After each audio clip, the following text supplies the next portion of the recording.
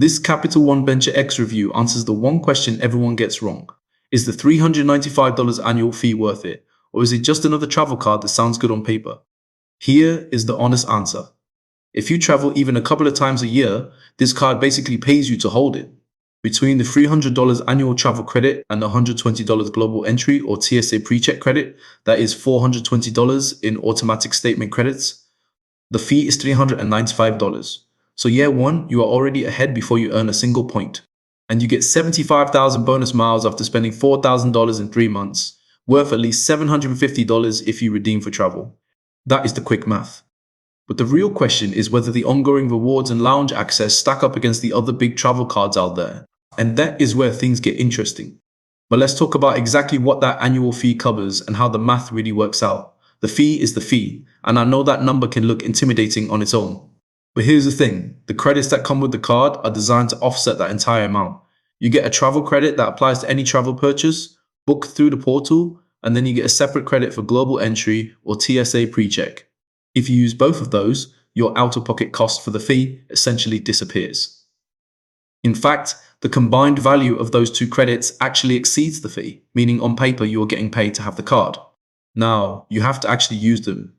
The travel credit is straightforward. It applies automatically to eligible bookings you make through the portal. So as long as you book one hotel or flight that way each year, that credit is yours.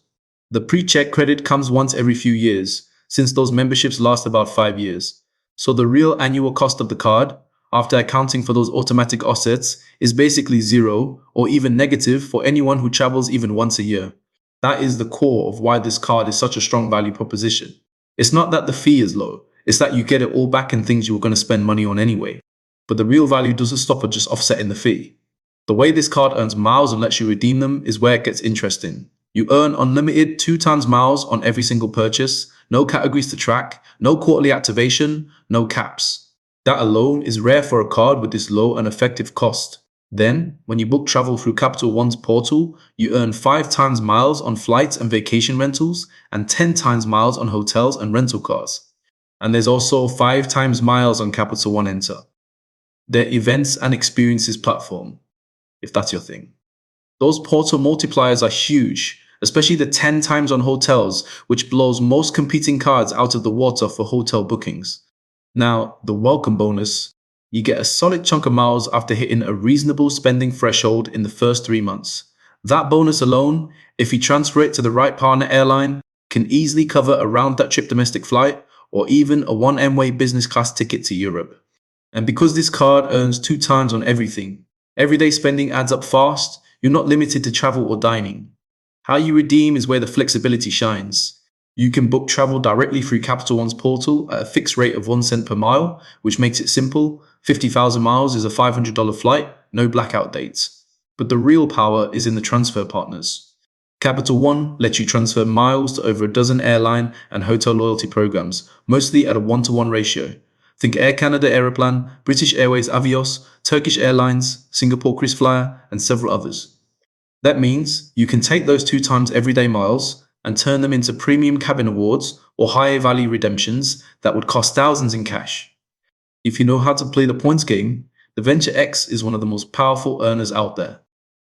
And did I mention there's no foreign transaction fee? So when you travel abroad, you're earning 2 times miles on every meal, every coffee, every metro ticket with no extra charge. The earning is simple, the redemption is powerful, and the whole system feels designed to not punish you for being a normal spender. But here's where the card really starts to feel like a cheat code. You get a travel credit every year, just use it on hotels, flights, whatever, and it posts automatically. That alone basically wipes out most of the annual fee before you even touch the other perks. Then there's the global entry or TSA pre-check credit, which covers the application fee every few years. So if you travel internationally even once, that's another chunk of value you'd already be spending anyway. Then there's lounge access. Capital One has been building its own lounges in a few major airports, Denver, Dallas, soon more, and they are genuinely nice. Not crowded, good food, real coffee, even a spa area in some. Plus, you get a priority pass membership, which gives you entry to hundreds of lounges worldwide.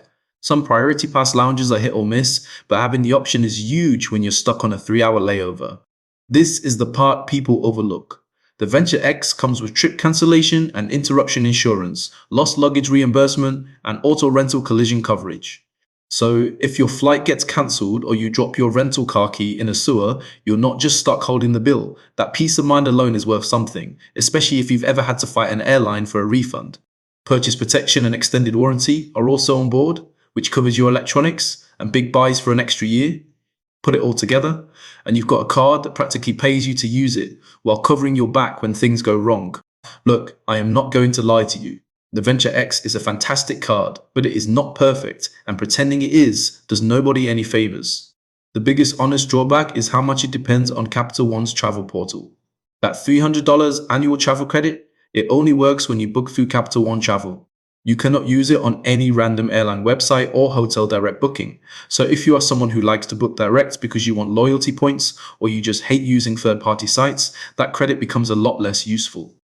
Same thing with the bonus earning rates. Those 10 times and 5 times miles only kick in when you use the portal.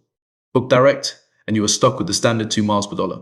And the lounge access, while solid, is not everywhere.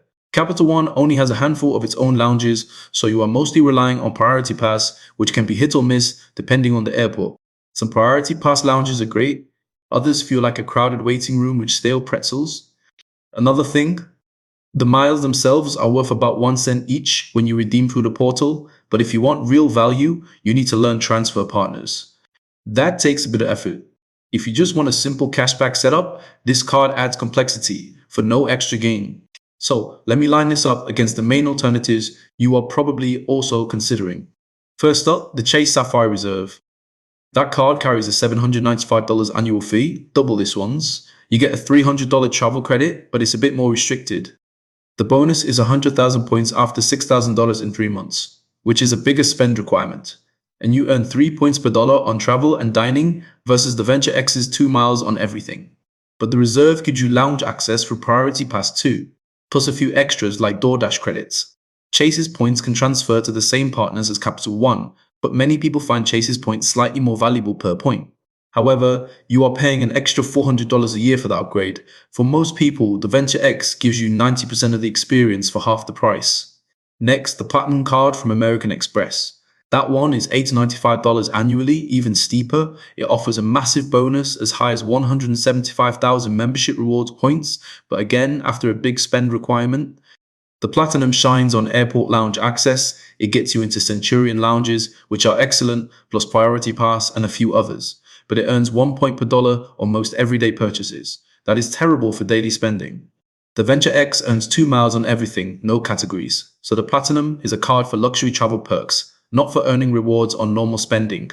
Unless you fly constantly and want those premium lounges, the Venture X makes more sense. Finally, the Chase Sapphire Preferred. That one is only $95 a year. It has a bonus of points after a reasonable spend and earns 2 points on travel and dining, 1 point on everything else. The big catch, no airport lounge access, no annual travel credit. You get good transfer partners and a very low fee. So if you are a light traveler and do not care about lounges, the Preferred is a solid budget option. So who should actually get this card? Honestly, if you travel at least once a year and spend a few $100 on flights and hotels, the math almost works itself out. That $300 travel credit plus the lounge access and the global entry credit, you are basically getting paid to hold it. It is perfect for someone who wants a premium travel card without the sky-high fee of some other options. You get the lounge perks, the solid earning rate on everyday spending, and one of the best catch-all rewards rates out there.